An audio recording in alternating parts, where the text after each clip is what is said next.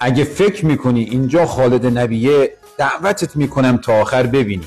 باورت میشه اینجا خراسانه، قریت بکر قزقان، تبای شیلگان دره یا قزقان دره در مرز ایران و ترکمنستان.